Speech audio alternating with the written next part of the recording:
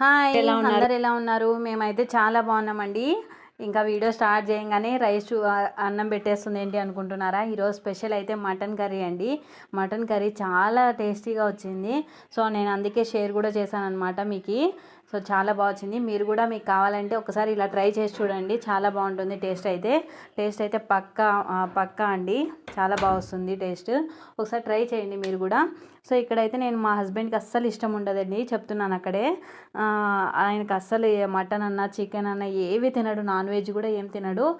So మాకు కూడా ఏదైనా కవర్ పట్టుకోమన్నా కూడా ఆయన్ని ఏదోలా ఫీల్ అవుతూ ఉంటాడు. సో నేను అందుకే ఎక్కువ ప్రెజర్ పెట్టను అనమాట తినని వాళ్ళని.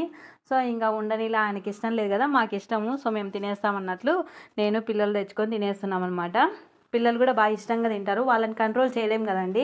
మనమైతే కంట్రోల్గా ఉంటాం కానీ పెద్దోళ్ళు పిల్లల్ని అయితే కంట్రోల్ చేయలేం కదా. సో అందుకే పిల్లల కోసమైనా తెచ్చుకోవాల్సిందే మేము. ఒకరు ఇంట్లో నలుగురు ఉన్నప్పుడు ఒకరు తినకపోయినా కూడా సో అందరికీ తినాలనిపించదు. వాళ్ళకి వెజ్ చేయాలి, మనం నాన్ వెజ్ చేసుకోలేదు ఎందుకులే అనిపిస్తుంది. సో అలా కాకోకుండా మేమైతే 2 వీక్స్కి ఒకసారి అలా తెచ్చుకొని తింటూ ఉంటామండి. ఇంకా మటన్ అయితే చేసేస్తున్నాను. మటన్ వచ్చి బాగా శుభ్రంగా కడిగేసుకొని 1/2 కేజీ అయితే తీసుకున్నాను అండి నేను.